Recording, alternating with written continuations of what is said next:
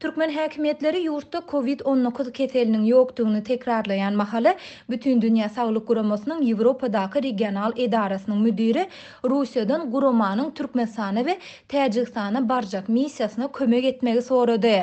Bu aralykda Türkmenistanyň we Iranyň prezidentleri telefon arkaly söhbetdeşlik geçirip koronavirus pandemiýasy we iki goňşy ýurdun arasyndaky adaty söwda gatnaşyklaryny dikeltmek planlaryny maslahat etdiler.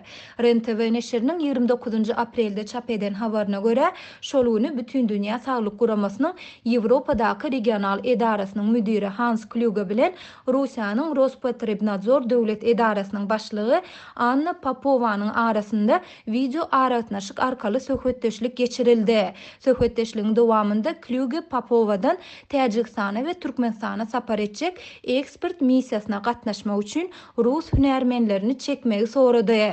Bular ýagny Türkmenistan we Täjikistan häzirçenlik COVID-19 keseli bilen kesellänleri hasaba almadyk ýeketäk ýurtlardyr diýip Kluge synaglary geçirmek üçin tehnik we syýasy tarapdan Russiýanyň kömeginiň möhümdigini, sebäbi bu ýurtlaryň Moskwany üns bilen diňleýändigini aýtdy. 23 aprelde Kluge Twitter'da çap eden maglumatynda bütün dünýä saglyk guramasynyň Ýewropaly bilermenler missiýasynyň COVID-19 bilen bagly ýagdaý öwrenmek üçin yakın wagtda Türkmenistana we Täjikistana barmagy planlaşdyrýandygyny ma'lum etdi. Emma saparyň takyk seneleri aýdyňlaşdyrylmady. Häzirki ýagdaý meni ören aladalandyrýar, hususan da Täjikistanda pnevmoniýadan, ýagny bagyr öýkön sowuklamasyndan ölýänleriň sany ýokarlanýar diýip Kluge Rus tarapyndan Täjikistanyň we Türkmenistanyň ýolbaşçylaryna bütün dünýä saglyk guramasynyň COVID-19 keseline garşy görüşmek baradaky tekliplerini üns bermelidigini aýtmagy hem sorady. Maglumatda Popowanyň çakylygy üçin sag bolsun aýdyp, Rus tarapynyň bütün dünýä saglyk guramasynyň Türkmenistan hem de Täjikistan babatyndaky aladalaryny paýlaşýandygyny ma'lum edendigi hem bellenilýär.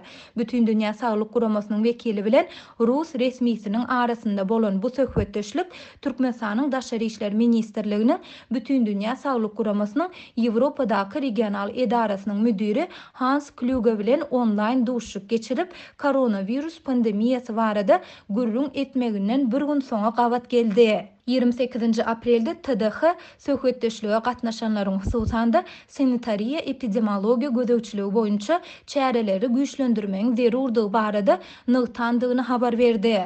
Bu aralykda Türkmenistanyň prezidenti Gurbanguly Berdimuhammedow bilen onuň Eýranly kärdeşi Hasan Rohani telefon arkaly söhbetdeşlik geçirip koronavirus pandemiýasy barada maslahat etdiler.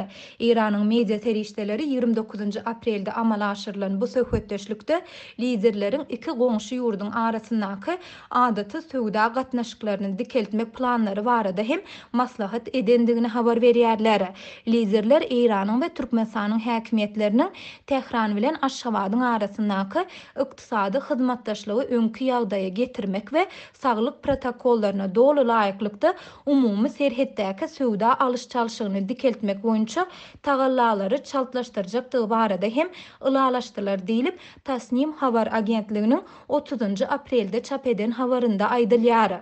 Türkmenistanyň diýiminiň web saýtynda berilen maglumatda prezidentleriň arasynda telefon arkaly söhbetdeşliginiň geçirilip koronavirus pandemiýasy barada maslahat edilendigi aýdylsa-da iki ýurdun arasyndaky serhetde söwda alyş-çalyşygyny dikeltmek tagallalary barada hiç zat aýdylmaýar. 22 aprelde Daşary işler ministri Reşit Meredow ýurdun goňşy döwletleri bilen serhet geçelgeleriniň köpüsiniň açylandygyny we Eýran bilen serhedindäki galanlary açmaga taýýarlanýandygyny habar berdi.